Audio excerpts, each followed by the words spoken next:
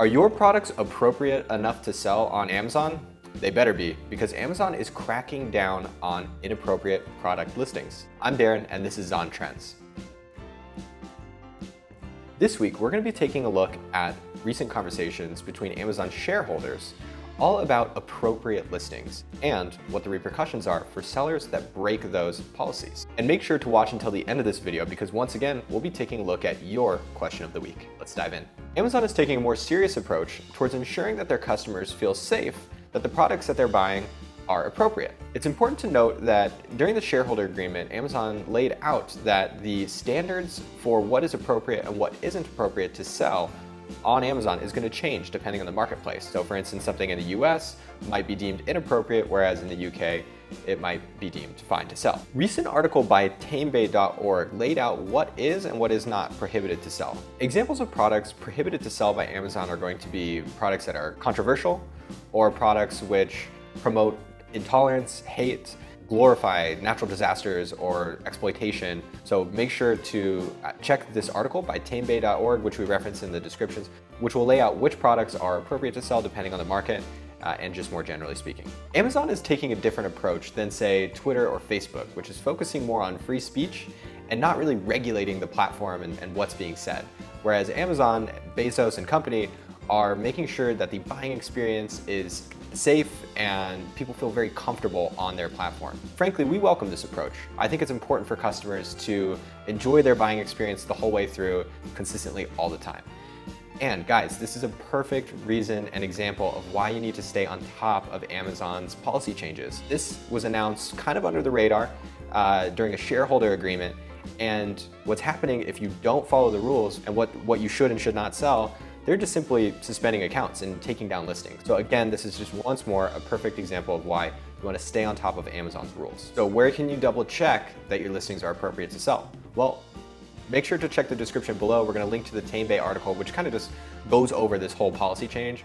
But then once again, it's always important to go to Seller Central, go to policies, and just double check what changes are happening. Also, just a really quick Google search for Seller Central policy changes around appropriateness will pull up exactly what you need to learn about. Of course, another resource is Zon Trends, brought to you by ZonGuru, so make sure to subscribe so that you don't miss out on any more of these videos. Just to recap, during a recent shareholder agreement, Amazon has changed their policies towards what is and is not appropriate to sell. One example of this is actually anti-vaccination books, which are being sold on the Amazon platform that have now all been taken down because the subject is so controversial. If you sell something that may be deemed controversial, double check by going to the resources that we just mentioned. Now we're gonna jump into the question of the week. Thank you so much for your question, Bridget. She asks, we seem to be experiencing some technical difficulties with our Chrome extension and our SalesSpy. The revenue figures are not correlating between the monthly sales on SalesSpy and the Chrome extension. So this is a question that gets brought up frequently, and I think it's one that we definitely need to address as often as we can.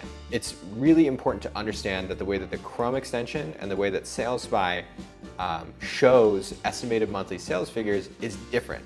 So the Chrome extension is gonna scan listings on the day that you search for them on whatever Amazon marketplace you're on. So if you're on Amazon.com, you look for yoga mats, you're gonna see the estimated monthly sales figures on the day that you are running that search. Now, the next day, some of the variables that we keep in mind to estimate the sales are going to change. And so the sales velocity and the listings that show and the numbers that are showing are going to change. The Chrome extension doesn't track sales figures historically. So each day we're scanning the listings and we're showing the estimated monthly sales figures based on those aspects on the day that you're searching. SalesSpy, on the other hand, tracks historically. What I like to tell people is use the Chrome extension with a more macro approach to product research. If you're looking for a niche to sell and you're expanding your net, so to speak, and you're trying to find a competitive niche, you're gonna wanna use the Chrome extension. Now, once you think that you've found a solid niche, you're gonna wanna add some of the products from that niche to SalesSpy, because then you're gonna be able to open up the sales graph, you're gonna actually see how those products have sold over time. And we will be able to show you the sales figures for as long as that product's been on Amazon. And so it gives you a much more micro approach to product research. For example, you'll be able to see the seasonality of the product, how well it sells, say, in the summer versus the holiday season, and so on. So again, that's the difference. If the numbers are not matching up exactly, that is actually normal. It's just the way that the two different tools estimate sales data differently. Hopefully that clears up your question, Bridget, and anybody else that has had that question before. I know it gets brought up often, so thank you again for reaching out. And if you have any other questions, you can always reach out to support@zonguru.com. We've also implemented a great new chat feature on the website and within your account, so you can reach out to our dedicated support staff at any time.